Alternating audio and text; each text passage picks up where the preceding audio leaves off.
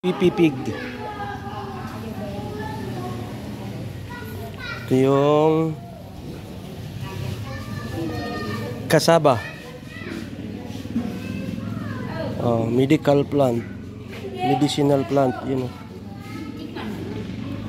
Ito na yung ulam nila, manok. Ayun, may laman. Yun.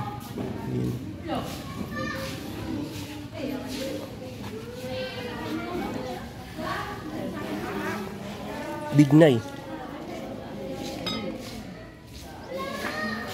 Ito masarap turmeric.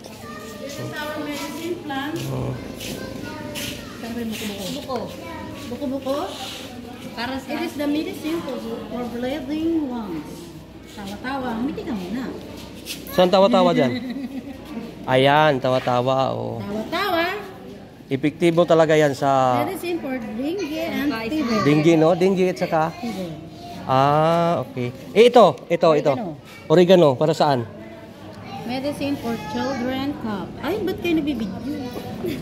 Yun lang inano ko para may ano. Nagsasanay nga kami magsalita mamaya at nakakabudo.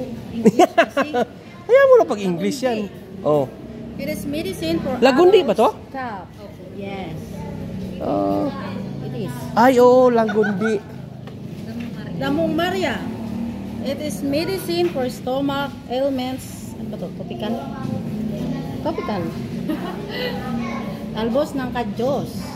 It is medicine Ay, pwede pala yung kadyos niyan? diarrhea. Yes. Akala ko bunga lang eh. Sarap yung bunga. May bunga ba? May bunga nito? Opo, meron. Sarap yung yun sa bunga. mga buto-buto. Buto-buto.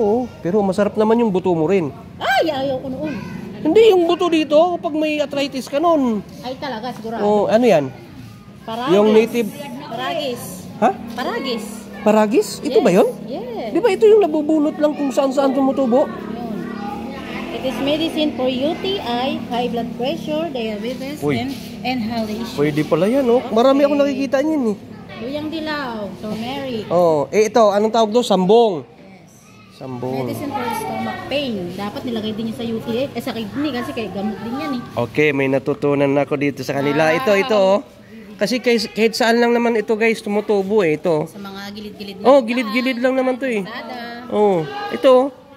Kung saan-saan lang. Practice para naman kami mag-English. Kasi pag kinakain kasi ng hayop, ibig sabihin, hindi nakakalason. So, pwede rin sa tao. Ito, sir.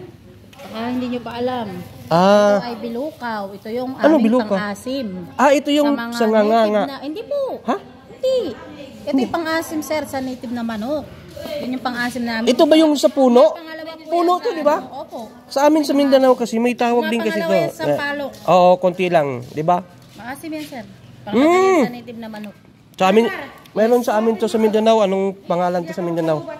Yan, masarap din yan. Ano yan, sir, sa Bisaya? Batuan. Batuan?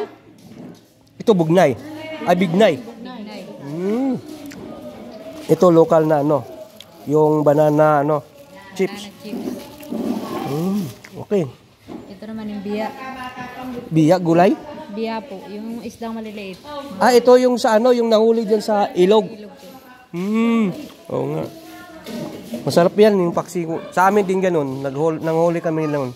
Paksiw, lagyan mo na lang ng suka. Sukaan mo lang. Ayos na.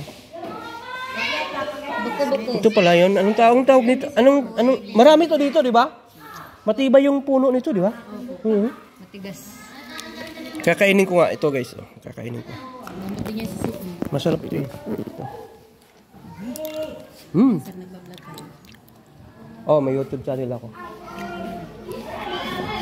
Para maiyan. Ang sarap. Pwede na siya rin.